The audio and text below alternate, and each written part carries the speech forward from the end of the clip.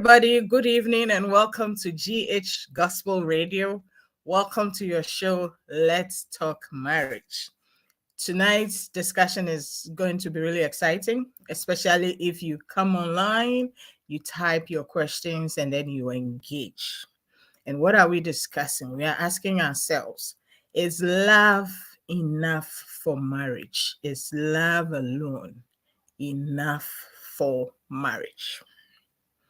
And the first thing that will come to your mind when somebody asks you if love alone is enough for marriage is, what do you mean when you say love? Because when you Google love, there are so many definitions of love. Different people have different ideas of what love means. So we will try to examine a few of the definitions.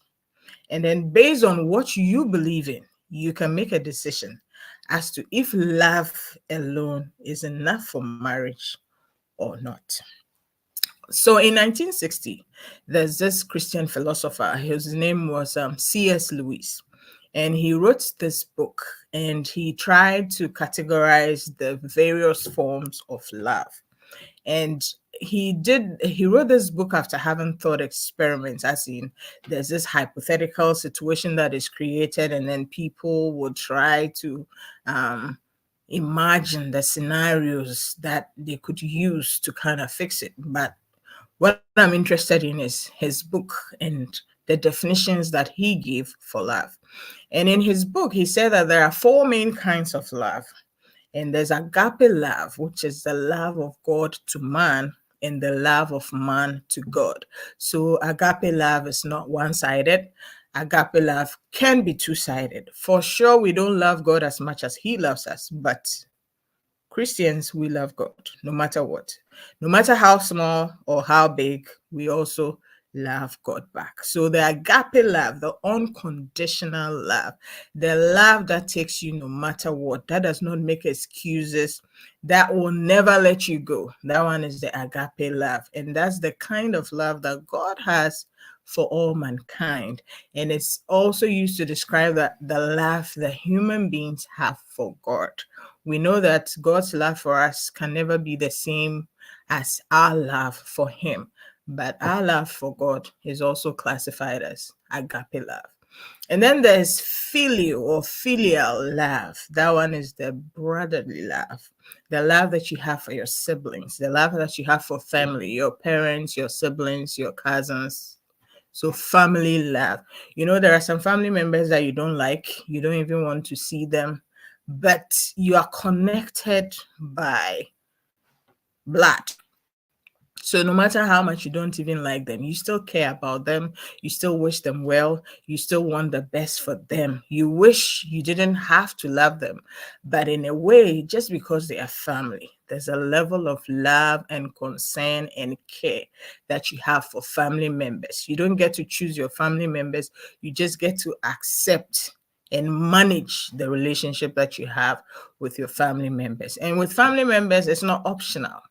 It's like, is a must. Even though it doesn't always happen in life like that, it's sort of a must. Once someone is your family, you cannot get up and hate your brother. You have to find ways to accommodate your brother in the family, or your sister in the family, or your parent in the family. If it doesn't work out, it doesn't work out.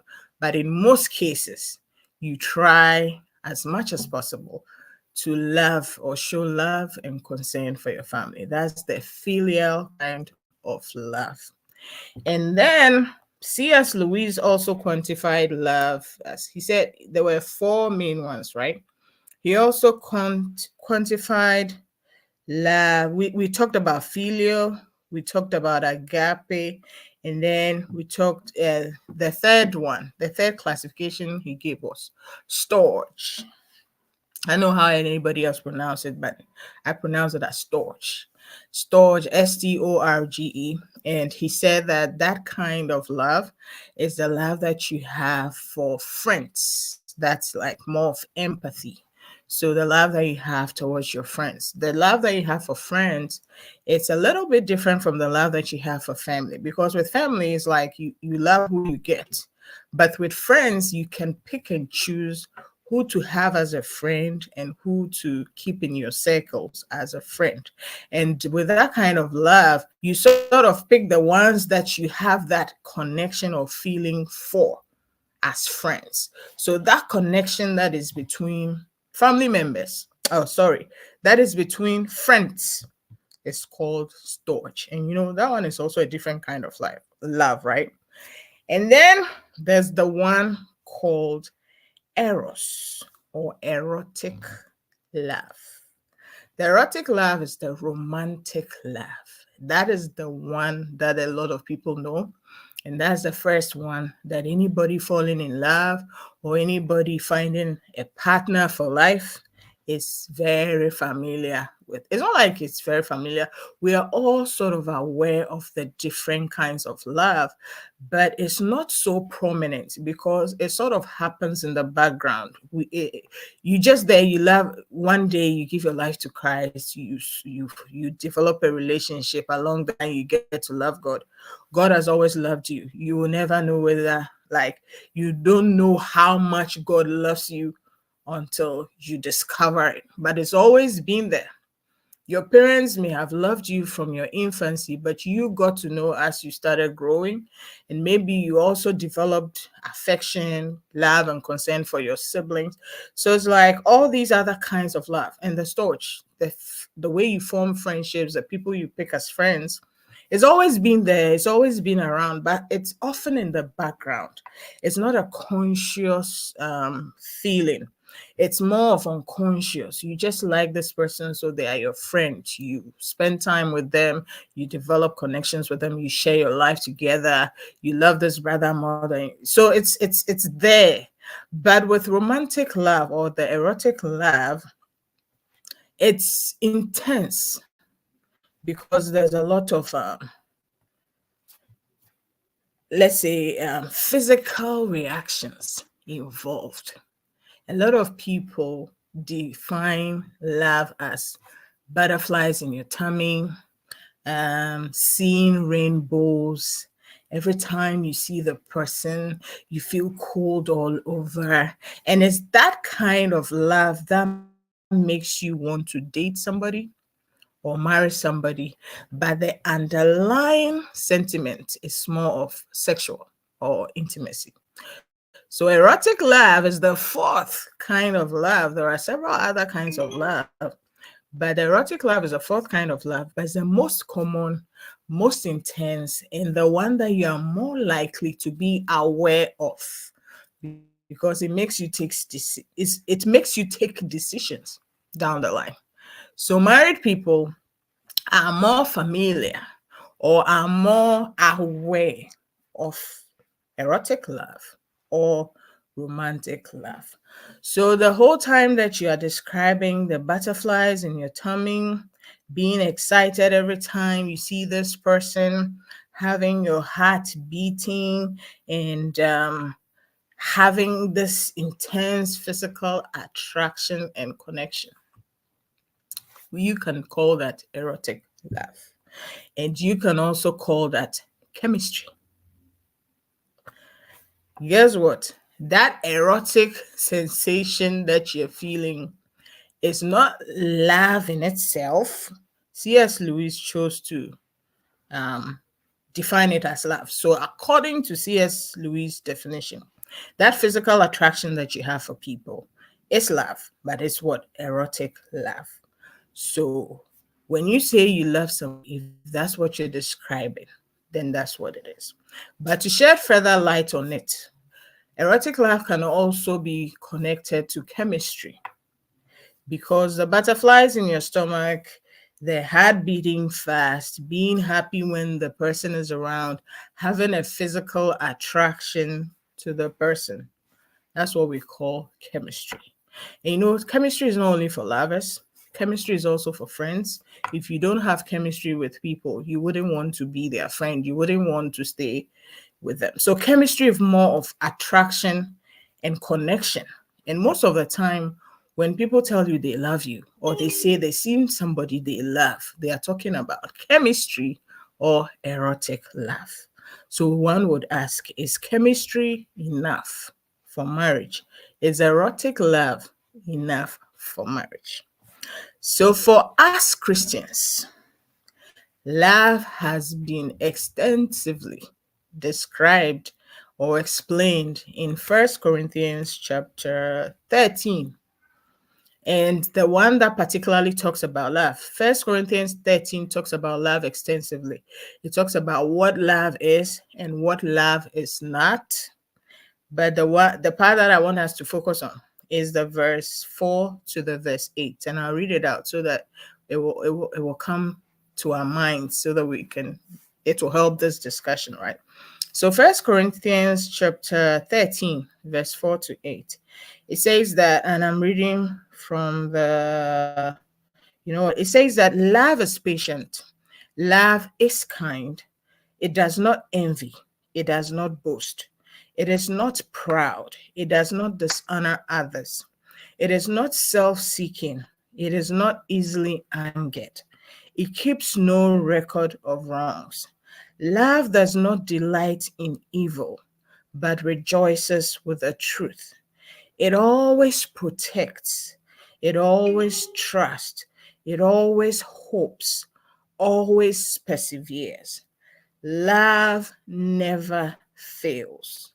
But where there are prophecies, they will cease. Where there are tongues, they will be stilled. Where there is knowledge, it will pass away. Amen. So, we've seen the three. Hello, Auntie Vivian. I'm excited to have you here. Welcome, welcome, welcome. So we have said that the three main definitions of love that we are considering is the 4 kinds of love by C.S. Lewis in his book that he wrote in 1960. He says there's filial, that's your love for your brothers; storge, love for friends or empathy for friends; agape, love of God and God's love for man's love for God; and then the erotic or the romantic kind of love. That's how C.S. Lewis quantifies it. So depending on who the love is being expressed towards, that's how C.S. Lewis decided to quantify it. And then the average person on the street, when somebody says they love somebody, we're saying that the other definitions of love is more of unconscious. It's not very obvious. It's not very people are not really aware of it because it just happens in the background. But when it's erotic love or romantic love, it's intense and it helps people make decisions. So people are often aware of that.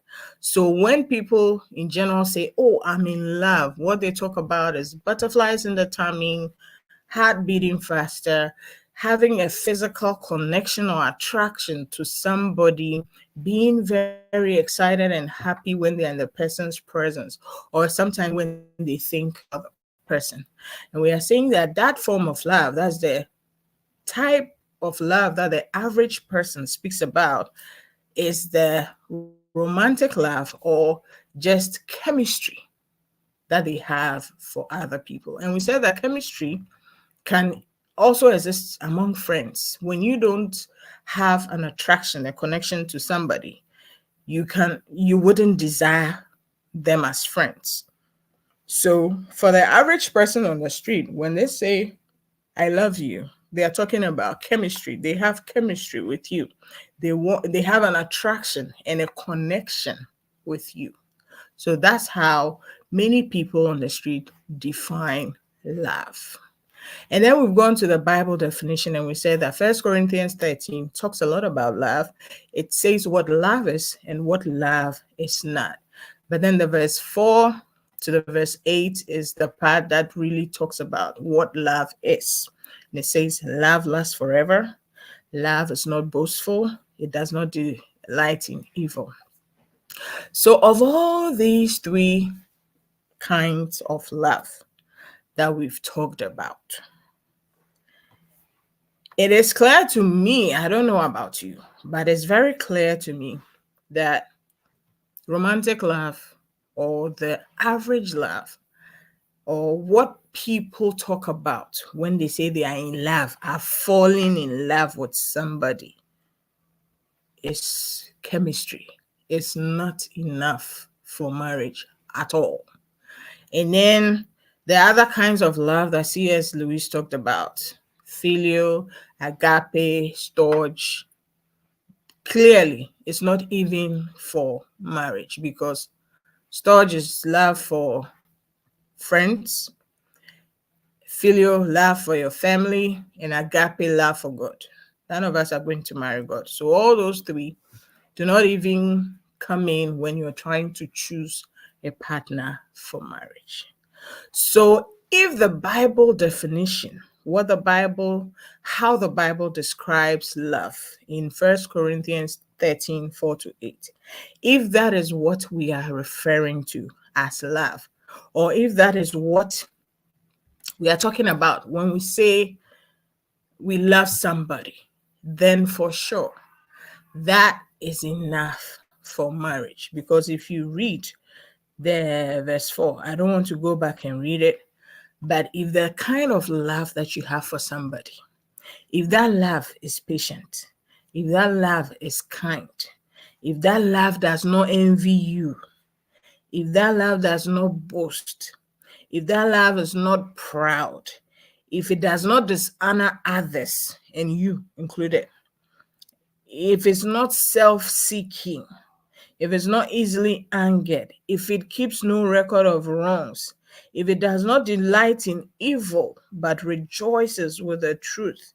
if it always protects, if it always trusts, if it always hopes, and if it always perseveres, then definitely that kind of love is enough for marriage. Who doesn't want to be always protected? Who doesn't want to be always trusted? Who doesn't want to have somebody not keep a record of their wrongs? Who doesn't want to have somebody who will not be self-seeking and also seek for their own good? So practically, when somebody truly, truly loves you the way that 1 Corinthians 13, verse 4-7 or 8 is talking about, then that love is solid. That love is more than enough for marriage, and that love is good enough. But you see, most of the time, what the ordinary person or the average person describes as love is not love, it's chemistry. It's just attraction and connection. The interesting thing is that within true love, or within the kind of love that the Bible talks about, chemistry is also a part of it.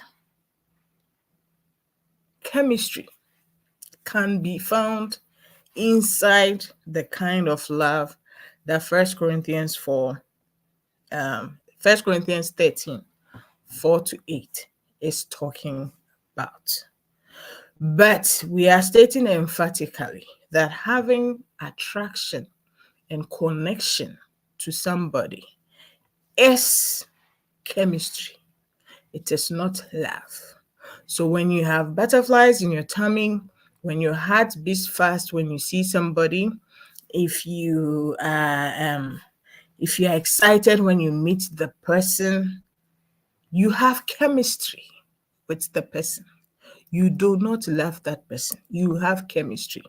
And chemistry is what will attract you to somebody for you to even invest the time and the energy to find out if you love the person or not. So once you have physical attraction and connection, that is step one. That is not love. So if that is what you're defining as love, that is not love at all. If you're defining love the way that 1 Corinthians 13, 4-8 defines it, then yes, you love the person. And we are saying that chemistry has its place. It is necessary for being attracted to the person in the first place, for you to be able to investigate and find out if you truly love the person or not. So, how would you know? And let's also mention that chemistry can be developed as long as you spend time together and you have shared interests and shared values. You can develop chemistry.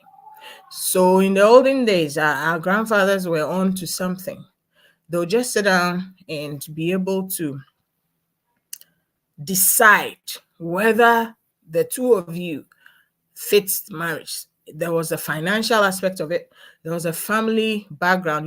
Arranged marriages came with certain factors being in place.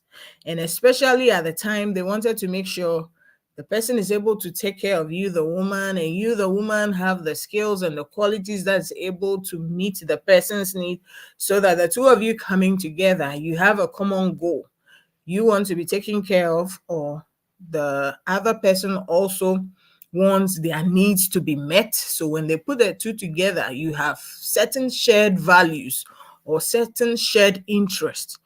With time, when both of you are given what you need to give, that connection can form.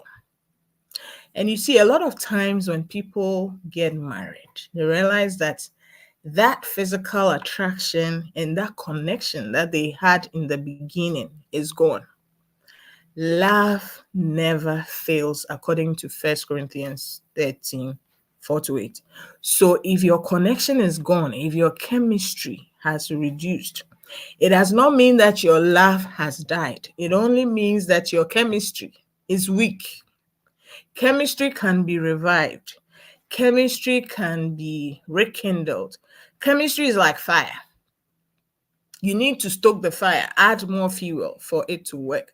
And what is the fuel that makes the love chemistry work? It's spending time together, doing things for each other to make each other happy. And also it's more of having shared interests. There are people in a marriage that, because of their work schedules or the fact that maybe they have children, they don't make the effort to spend time together. They don't make the effort to share something. When the wife is watching telenovelas, the husband is watching sports. It's important that you have common ground. That is how the chemistry is going to develop. For love, no matter what, if you truly love someone, that love is not going to die. That's not what I said. That's what 1 Corinthians 13, 4 to 8 said. Love never fails. So if you truly love someone and you marry someone based on love, the love will never fail. Chemistry fails. Chemistry gets low. Chemistry can go up. Chemistry can come down. But it's not the end of the situation. It can be rekindled. It can be increased. So if your chemistry is low, it does not mean you don't love each other anymore. It only means your attraction and your connection is going low. So spend time together, do things together, have some shared interests. And if your values are shared, or you have common values to start with, then you need to be able to share those and for sure spend time together. There can be people living under one roof who hardly speak to each other, who hardly do anything together. For such people, your chemistry will run dry very, very, very fast. And sometimes you're living under the same roof and you have different interests. It's difficult to build chemistry. And you're not building love, you're just building chemistry.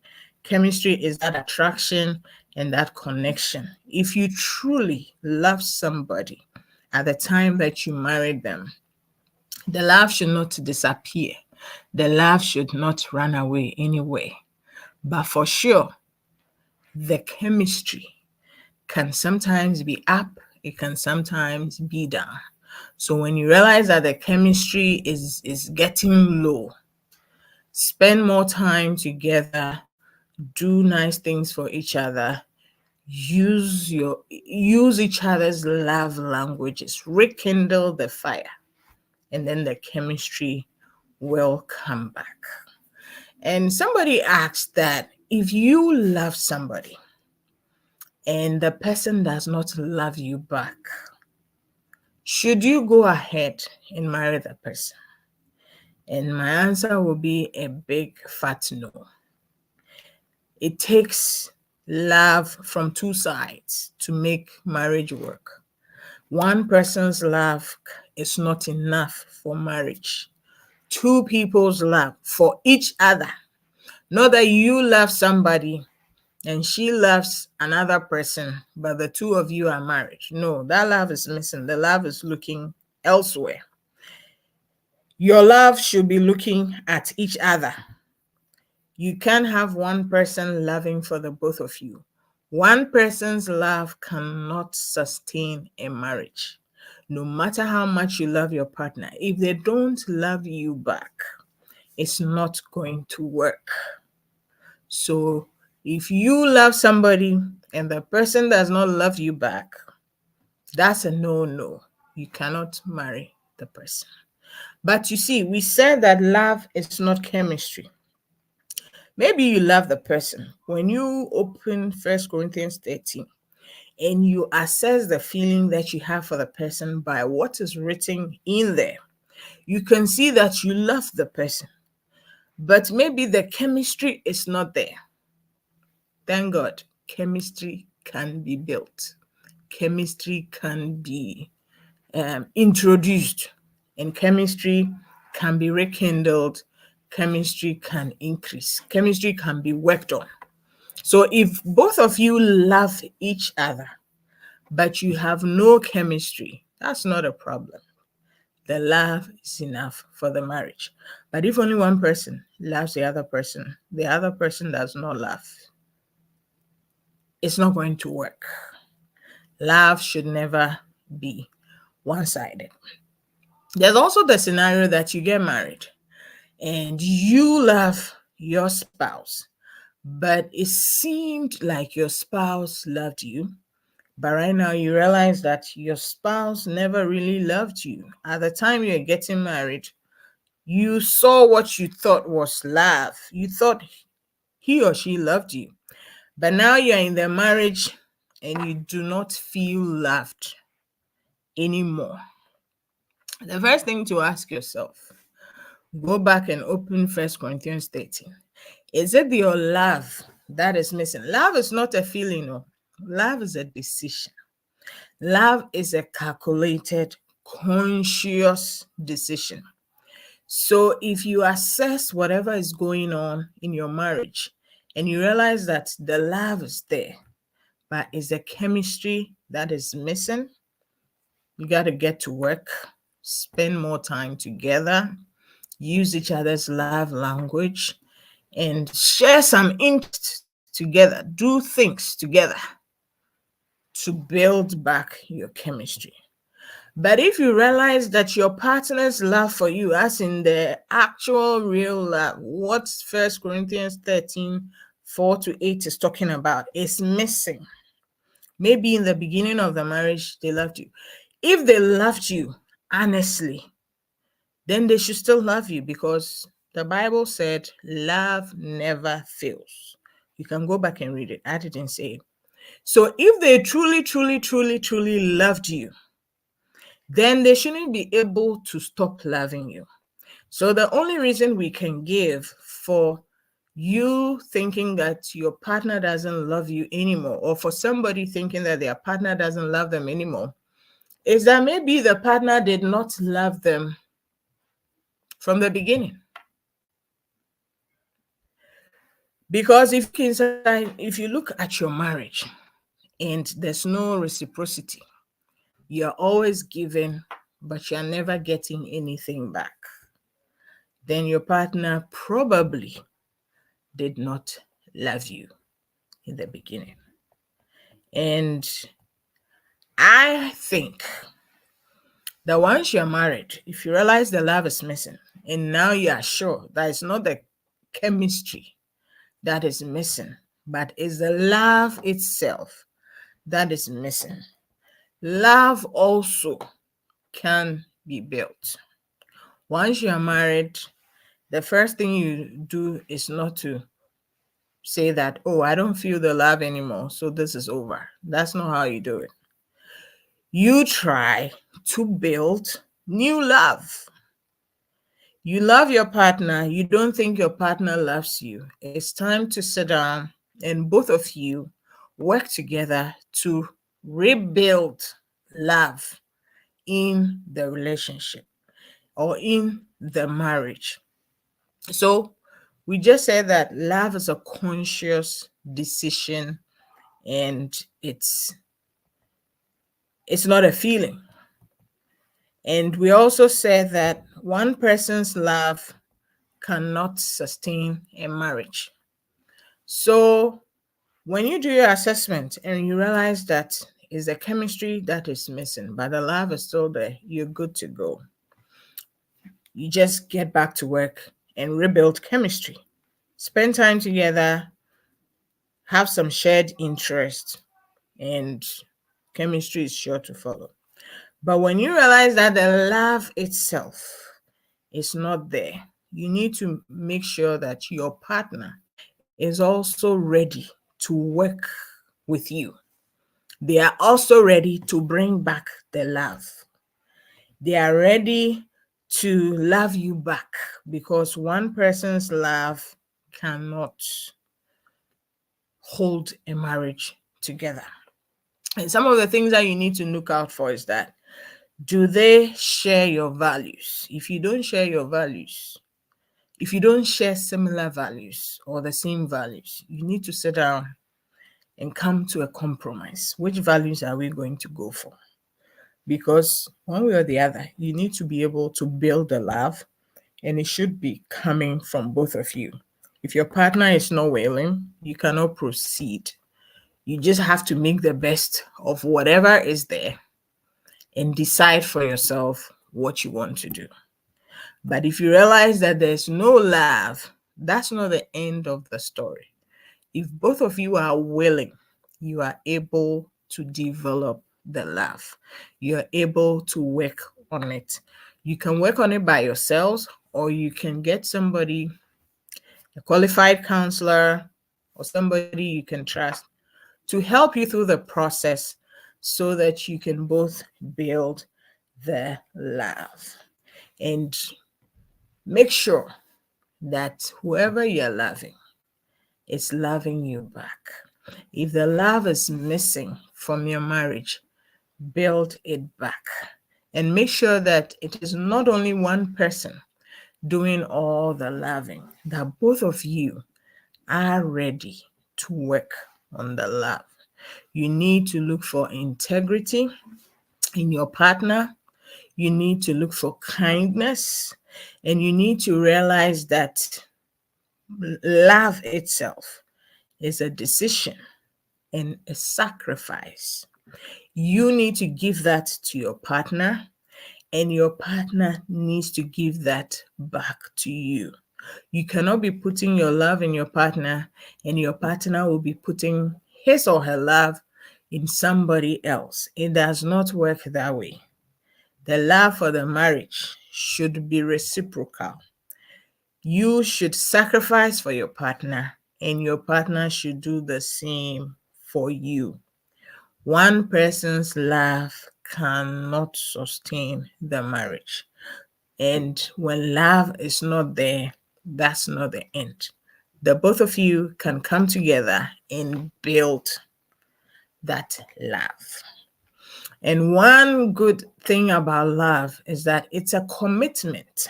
Love is a commitment. So love is sacrificial. Love is a commitment. Love is a decision. And love is not a feeling. Love can also be built. So love is very much enough for marriage. When you realize that your love is not there, your partner's love for you is not there, or your love for your partner is not there, it's important that you sit down and you work towards rekindling that love, rebuilding that love. And we also say that everything could be all right. The love could be there, but you may feel that the chemistry is gone, or that attraction and connection is gone. That is a much smaller problem than not having love for each other. And when you look at 1 Corinthians 13, 4 to 8, it will tell you everything that love is supposed to be. You need to give your love to your partner, and you also should expect that same love back from your partner. One person's love is not enough for a marriage. Marriage has to be two-sided. It can never be one-sided. So if it's one-sided, you put in steps to make sure you bring it back. And it should always be back as a two-sided affair, from you to your partner and from your partner to you. So I hope that from this day forward, we will not confuse chemistry with love. We would know what love actually is and strive to cultivate that in our marriages. And if it's missing, we'll try to find it back. And we also ensure that it's two-sided, not one-sided, because one person's love cannot build a marriage. And we also need to know that sometimes it's just chemistry that is gone. It's just chemistry that is low. So if the initial attraction or connection that you had with your spouse is no longer there, it does not mean you don't love your spouse anymore. It just means that you need to put in the work and rekindle the chemistry. Spend more time together and also try to have some shared interest and use each other's love languages a lot. The chemistry will come back. Even when the love is fine and the chemistry is not there, you will feel like you don't love each other. If love is there, all you need to do is rekindle the chemistry. What you have is enough. But if all you have is chemistry, then things are not going well. Chemistry is not enough for marriage. Mr. Nikwe says, is it possible to love someone so much and yet you can't stand them at times? Oh, it is absolutely possible. The way that the Bible said, love never fails. When you truly love someone, even when they're being annoying, you still love them. Even when they are at their weakest point, you still love them. Love is a constant. I cannot say that love. When you love somebody, it's usually not based on what they do or what they don't do. When you love them based on your decision that you made. So you can love them through anything. But you see, the love can also go down sometimes. So when you find that your love is going down, you just have to remind yourself of the decision that you made. But we are also saying that all through your life, from the time you are born till the time that you die, you will have chemistry with several other people. The fact that you have chemistry with people doesn't mean you love them. Chemistry is just attraction and connection. So when you have a strong or intense attraction for somebody, do not mistake it for love. That attraction and connection will lead you or will motivate you to start a relationship with a person. It could be a friendship relationship. It could be a career relationship. Hello, my mini Craig. Welcome, welcome, welcome. It could be a friendship relationship. It could be chemistry is just an attraction for other people. And that's what helps you build relationship with other people. When you don't have chemistry with people, you are not motivated to build a relationship with them. So whatever relationship that you have with them, it could be anything. And sometimes it's a marital relationship. Sometimes it's a romantic relationship, the kind of love that you want to have for a spouse.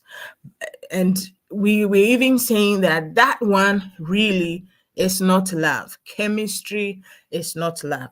And you're always going to have chemistry with people.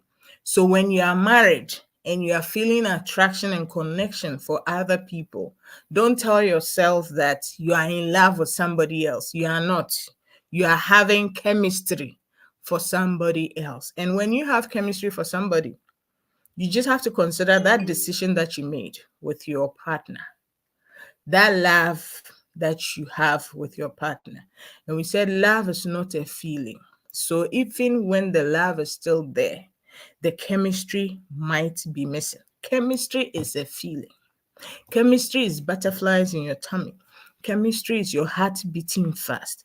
Chemistry is you having goose pimples. That is chemistry. But love is not a feeling, it's a decision. It is reciprocal, it is sacrificial. In fact, I would encourage you to go take 1 Corinthians 13, 4 to 8 and digest it. That will show you what love is. And if you find that it is missing in your marriage, reintroduce it and make sure it's two-sided and not one-sided, because one person's love cannot build a marriage. And we're also saying that please don't confuse chemistry with love. Chemistry is not love, and chemistry is not enough for marriage. So if you're defining chemistry as love, then you're in big trouble. Know the correct definition of love. Go get 1 Corinthians 13, 4 to 8. Digest it and compare it. Measure whatever feeling. No, it cannot even be a feeling. Measure whatever thing that you have with somebody else against that. We did say, though, that chemistry is somewhere in that love, because doing all those things you're doing builds those emotions, right? Builds those connections with people. So with time, if you truly love somebody, chemistry will develop. So chemistry is not a totally bad person here. And Maminikwe says, how do you revive chemistry in a marriage? We said that earlier. We said that when the chemistry is going down, it means that you need to spend more time together, focus on each other, talk your issues out, use your love languages to communicate with each other, and also have some shared values or interests. You cannot develop chemistry if you don't share any interests together. You cannot develop chemistry if you're not spending time together. And spending time is not sitting side by side looking into each other's face. You need to be curious, you need to be engaged. Find out about the person sitting in front of you. Put the focus and attention on them. Be there and investing, interacting with a person, find out what makes them happy, what makes them sad, what they're going through at that moment. Talk about any and everything. Don't just sit down and spend time watching TV together. You're not talking to each other. You're not sharing what you are looking at. No. When you're building chemistry, spend time together. Be focused on the same thing at the same time. Don't just be doing different things sitting next to each other. Have some shared interests. Find something that both of you can enjoy and both of you engage in it at the same time. You will build your chemistry really soon. Then that way you know that the love is fine, just that the chemistry is not flowing. So you don't feel in love. And chemistry has a place in love. Love builds chemistry. So, yeah, you can build your chemistry. You can even build love, but it's important that you don't mistake chemistry for love. And when you have chemistry for people, don't deceive yourself that you are married but you are falling in love with other people. No. What you're feeling is just chemistry, it's attraction, it's not love. And when you want to define love, go to the right source. 1 Corinthians 13, 4 to 8. Go and read it, go and digest it. Compare whatever you have to that and see if you truly love that person and if that person truly loves you. If it's not true, it's time to go back to the drawing board and build what 1 Corinthians 13, 4 to 8 is talking about in your marriage. And it should be two-sided and never one-sided. So to bring our discussion to a conclusion, yes, love is enough for marriage, but do not go confusing chemistry for love. Find the true definition, the real definition for love. And if the love is gone, as long as both of you can work together to bring the love back, it will come back. And also, chemistry is a part of love, and you can also build the chemistry back. So next time your chemistry is missing, don't say you don't love your partner anymore. And you can have chemistry with a million other people. Chemistry can just happen by heart. So don't confuse chemistry with love. Choose to build chemistry in your marriage and choose to build love in your marriage. But make sure the love is not one-sided. It should be two-sided, from your partner to you and from you to your partner. Don't settle for less. Don't go giving your love to your partner when your partner is not ready to love you back. It should be a two-sided affair. So if there are no more questions, this is where we draw the curtain on tonight's discussion. I hope you learned a thing or two. Whatever time that you watch this, you can leave your comments or your questions. We will come back and answer them. And until we meet again next week, God willing, to talk marriage, I pray that God bless your marriage. And also remember that it takes a good Christian to have a good